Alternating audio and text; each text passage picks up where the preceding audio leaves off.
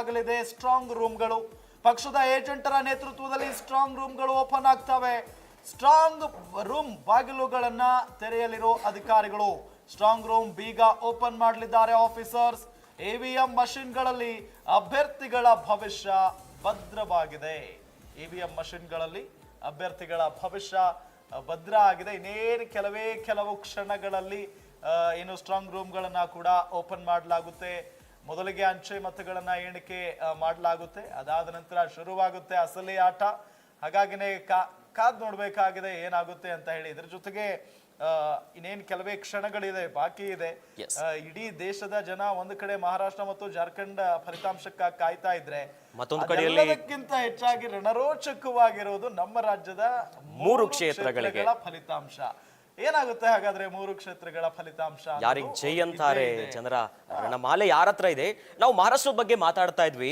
ಮಹಾರಾಷ್ಟ್ರ ಕೇವಲ ಮಹಾರಾಷ್ಟ್ರಕ್ಕೆ ಮಾತ್ರ ಸೀಮಿತವಾಗಿಲ್ಲ, ಇಡೀ ದೇಶದಲ್ಲಿ ಎಲ್ಲರೂ ಕೂಡ ಕಾಯ್ತಾ ಇರುವಂತದ್ದು ಮಹಾರಾಷ್ಟ್ರದ ಚುನಾವಣೆಗೆ. ಯಾಕಂತಂದ್ರೆ ಮಹಾರಾಷ್ಟ್ರದ ಸಿಂಹಾಸನವನ್ನ ಯಾರು ಏರ್ತಾರೆ ಅನ್ನುವಂತ ವಿಚಾರ.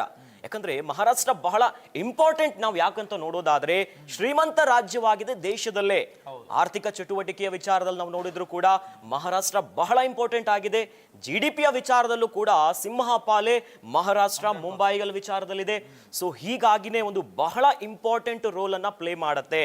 ಸೊ ಈ ಒಂದು ರಾಜ್ಯವನ್ನ ಗೆದ್ರೆ ಮುಂದಿನ ಲೋಕಸಭಾ ಚುನಾವಣೆ ದೂರ ಇದ್ರೂ ಕೂಡ ಒಂದು ರೀತಿಯಾಗಿ ಪ್ಲಸ್ ಆಗುತ್ತೆ. ಒಂದು ನೇರ ಸಂದೇಶವನ್ನ ಕೊಡ್ಲಿಕ್ಕೂ ಕೂಡ ಇಲ್ಲಿ ಬಹಳ ಇಂಪಾರ್ಟೆಂಟ್ ಆಗುತ್ತೆ. ಇನ್ನು RSS ವಿಚಾರವಾಗಿ ಬಂದರೂ ಕೂಡ ಕೇಂದ್ರ ಬಿಂದು ಆಗಿರುವಂತದ್ದು ಮಹಾರಾಷ್ಟ್ರ.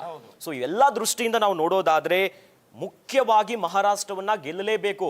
ಯಾಕಂದ್ರೆ ಮಹಾರಾಷ್ಟ್ರದ ಚುನಾವಣೆ ನಾವು ಮೊದಲಿಂದನೂ ಕೂಡ ಗಮನಿಸ್ತಾ ಇದ್ರೆ 5 ವರ್ಷದಲ್ಲಿ 3 ಬಾರಿ ಸರ್ಕಾರ ಚೇಂಜ್ ಆಗಿದೆ. ಬೆಳಗ್ಗೆನೆ ಸರ್ಕಾರ ರಚನೆ ಮಾಡ್ತಾರೆ, 2-3 ದಿವಸದಲ್ಲಿ ಮತ್ತೆ ಸರ್ಕಾರ ಉರುಳುತ್ತೆ. ಅಲ್ಲೇ ಮುಖ್ಯಮಂತ್ರಿ ವಿಚಾರದಲ್ಲಿ ಬಹಳಷ್ಟು ಪೈಪೋಟಿಗಳು ಆಗತ್ತೆ. ಸೊ ಹೀಗಾಗಿನೇ, ಯಾಕಂದ್ರೆ ಎಷ್ಟರ ಮಟ್ಟಿಗೆ ಅಂತಂದ್ರೆ ಕೇವಲ ನಾವು ಏನ್ ಮಾತಾಡ್ತಾ ಇದ್ವಿ, ಈ ಕಡೆ ಬಿಜೆಪಿಯ ಮೈತ್ರಿ ಇರುವಂತದ್ದು, ಕಾಂಗ್ರೆಸ್ಸಿನ ಮೈತ್ರಿ ಇರುವಂತದ್ದು, ಅಲ್ಲಿ ಸಣ್ಣ ಪುಟ್ಟ ಪಕ್ಷಗಳು ಕೂಡ ಮಹಾರಾಷ್ಟ್ರದಲ್ಲಿ ಇಂಪಾರ್ಟೆಂಟ್ ರೋಲ್ ಅನ್ನ ಪ್ಲೇ ಮಾಡುತ್ತೆ. ಇನ್ನೊಂದು ಕಡೆಯಲ್ಲಿ ನೋಡಿದ್ರೆ ಹಂಗ ಅಸೆಂಬ್ಲಿ ಆಗುತ್ತೆ, ಅತಂತ್ರ ಆಗತ್ತೆ ಅನ್ನುವಂತ ವಿಚಾರಗಳು ಕೂಡ ಮಹಾರಾಷ್ಟ್ರ ಒಂದು ಫಲಿತಾಂಶದ ವಿಚಾರದಲ್ಲಿ ಸಾಕಷ್ಟು ಕೇಳಿ ಬರ್ತಾ ಇದೆ.